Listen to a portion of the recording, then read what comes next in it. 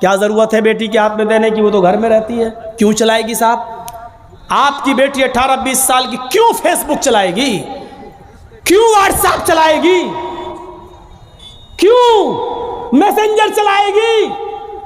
اور آپ کیسے اپنی بیٹی کو فیس بک اور میسنجر اور واٹس ایپ چلانے کے لیے ڈھیل دے سکتے ہیں؟ کیسے؟ آپ کا یہ دل کیسے گوارا کر لیتا ہے؟ آپ ذمہ دار ہیں. ہماری یہ بیٹیاں کل بچوں کی مائیں بنیں گی. شادی کے بعد ان کو اپنے بچوں کی تربیت کرنا ہے. ماں کے قدموں کے نیچے جنت بتائی گئی ہے. حالانکہ یہ کوئی حدیث نہیں ہے، ایک مقولہ ہے، لیکن بچے اپنے ماں کے قدموں کے نیچے جنت کیسے ڈھونڈیں؟ یہ آج کل کی ماں کے قدموں کے نیچے جنت ہے؟ جس کو خود نہیں معلوم کہ قدم میرے کہاں ہیں، اس کے قدموں کے نیچے بچے جنت ڈھونڈیں گے؟ ہمیں سوچنا ہے، ہمیں اپنی بیٹیوں کی تربیت کرنا ہے. امام احمد ابن حنبل اپنی مسند کے اندر ایک واقعہ نقل کرتے ہیں کہ ایک صحابیہ تھی، ان کے گھر میں ایک بچہ پیدا ہوا.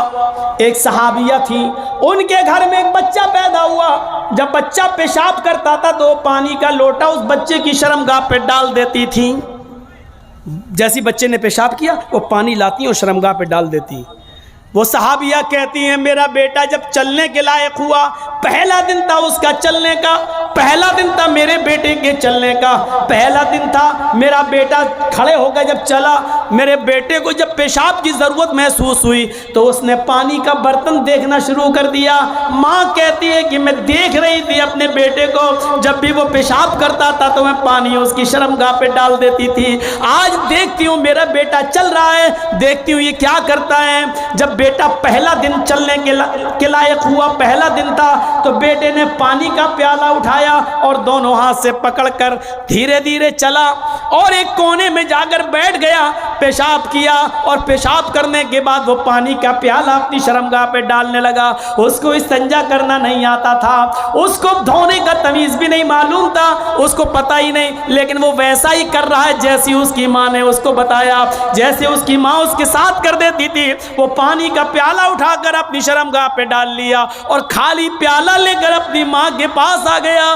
ماں کی آنکھوں میں آنسو آ گئے، آسمان پر نظر ڈال کر کہتی ہے فزت برب الکعبہ، کعبے کے رب کی قسم میں کامیاب ہو گئی، اللہ کی قسم میں کامیاب ہو گئی. اپنے بچے کو جو سکھانا چاہتی تھی میرے بچے نے وہ سیکھ لیا. میں اپنے بچے کو جو تربیت دینا چاہتی تھی میرے بچے نے وہ تربیت حاصل کر لی. مجھے امید ہے کہ میرا بچہ کبھی ناپاک نہیں رہے گا. میرا بچہ جب بھی پیشاب کرے گا تو پانی ضرور لے جائے گا اور استنجا کرے گا.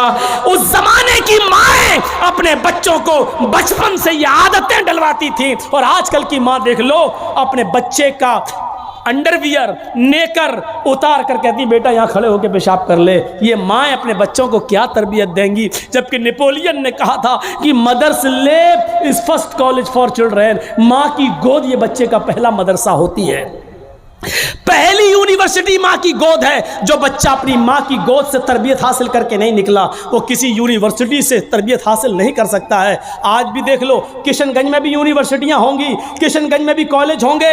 اس کالج سے B A, M A, P H D, M B B S اور ایم ڈی کی ڈگری لے کر نکلنے والے بچوں کی تعداد بھی بہت ہوگی. لیکن انہی بچوں کو دیکھیے کھڑے ہو کر سڑک کے کنارے پینٹ کی چین کھول کر دھار مار رہے ہوں گے، پیشاب کر رہے ہوں گے. یہ ان یونیورسٹیوں کے فارغین اسٹوڈنٹ ہیں جو فارغ ہو کر نکلے، جن کو ایم ڈی کرنے کے بعد، ایم بی بی ایس کرنے کے بعد بھی پیشاب کرنے کی عقل نہیں آئی ہے. ان سے تو بہتر وہ کتا ہے جو کم سے کم پیشاب کرتا ہے تو ایک ٹانگ تو اٹھا لیتا ہے تاکہ اس کے اوپر چھینٹے نہ آئیں. انہوں نے یونیورسٹی سے پڑھنے کے بعد بھی یہ کتے سے بھی بدتر بن کر نکلے ہیں. وہ یونیورسٹی ان کو انسان نہیں بنا سکی، وہ کالج ان کو انسان نہیں بنا سکے، وہ اسکول ان کو انسان نہیں بنا سکے. M D P H D کرنے کے بعد بھی آج کتوں سے بری طرح پیشاب کرتے ہوئے نظر آئیں گے. کہہ لینے دیجئے مجھے کتا، گدھا، جو کچھ بھی بولتا ہوں میں سب. آج مجھے اجازت دیجئے میرے بھائیوں، کہو کہ جانوروں کی اجازت مت بولو، ہم لوگ انسان ہیں. قرآن نے بھی جانوروں کی مثالیں دی ہیں. اولئک کل انعام بل ہم اضل، یہ چوپایوں کی طرح ہیں بلکہ ان سے بھی زیادہ گئے گزرے۔ قرآن نے کہا ہے یہ چوپایوں کی طرح ہے بلکہ ان سے بھی زیادہ گئے گزرے، ان سے بھی زیادہ گئے گزرے۔ جب قرآن نے مثال دی ہے تو ہم کیوں نہیں مثال دے سکتے ہیں؟ اپنے بارے میں سوچو سوچو۔ عبد القادر جیلانی بغدادی رحمۃ اللہ علیہ کی تاریخ کون نہیں جانتا؟ جن کو آج لوگ بڑے پیر صاحب کے نام سے بھی جانتے ہیں، جن کے نام پر 11ویں کی بریانی کی دیگ بھی بناتے ہیں، وہ عبد القادر جیلانی جب 12 سال کے تھے ان کی ماں نے ان کو ایک قافلے کے ساتھ بھیجا تھا، کہا بیٹے حالات کتنے بھی سخت ہوں لیکن جھوٹ کبھی مت بولنا۔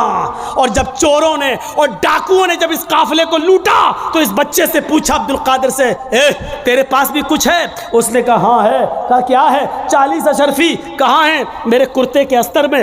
استر کو پھاڑ کے دیکھا تو 40 اشرفی ملی۔ پوچھا بیٹا یہ تو ایسی جگہ چھپی ہوئی تھی کسی کو پتا نہیں، تو نے کیوں بتا دیا؟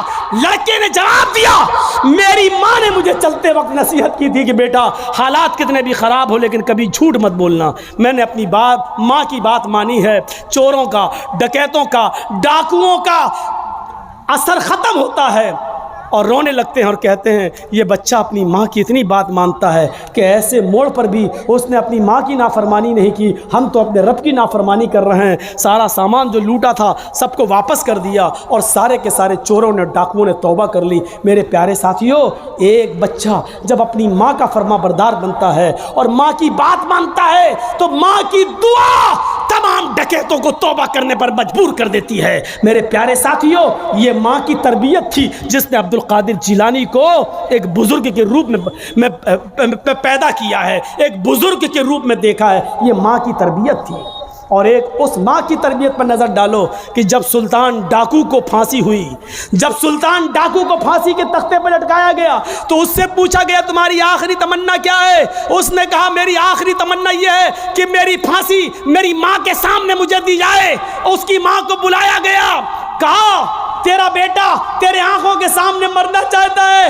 سلطان ڈاکو کی ماں کی آنکھوں میں آنسو آ گئے۔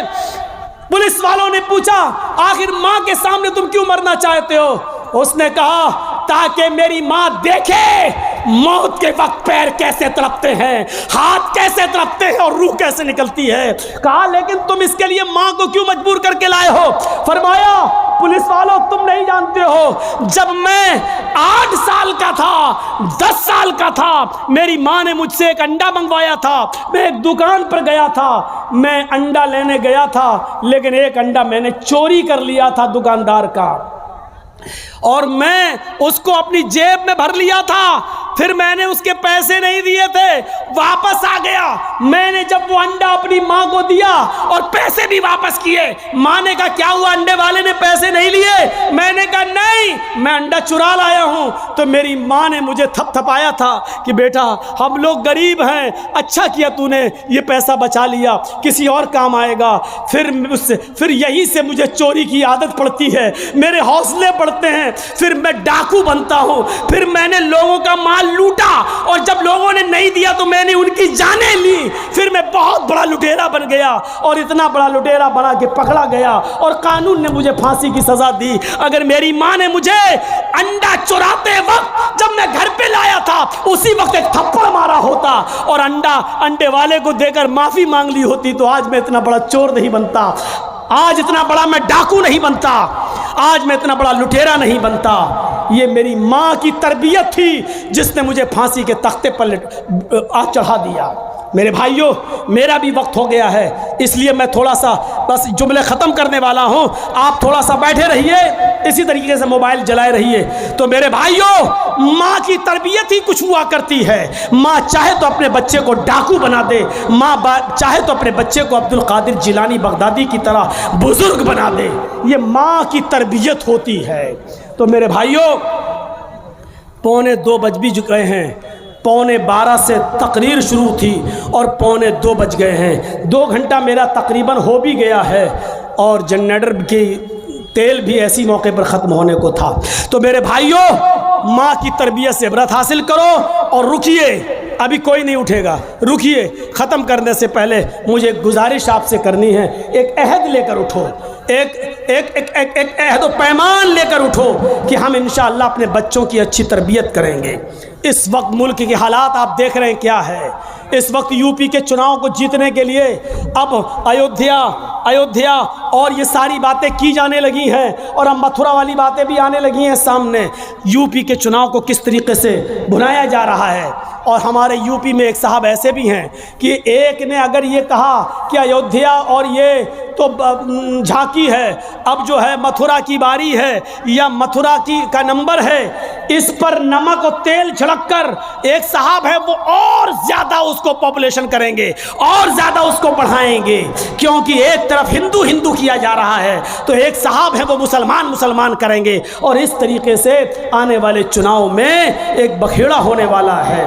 یہ بھی ہو سکتا ہے کہ آگے چل کر اس چناؤ میں آخری جب لہر ہو، آخری جب کاؤنٹنگ ہو، آخری جب وہ ووٹ ڈالنے کا نمبر آئے تو اس موقع پر کورونا کی تیسری لہر بھی آ جائے، کیونکہ یہ ساری پلاننگ اوپر بیٹھتی ہے، اوپر ہوتی ہے، کب کورونا پیدا کرنا ہے، کب کورونا غائب کرنا ہے، کہاں لانا ہے، کہاں نہیں لانا ہے، اس کو یو پی میں کس موقع پر لایا جائے گا، کیسے لایا جائے گا، یہ ساری سازشیں ہو رہی ہیں۔ ایسے موقع پر ہم مسلمانوں کو ایک پلیٹ فارم پہ آنا بہت ضروری ہے۔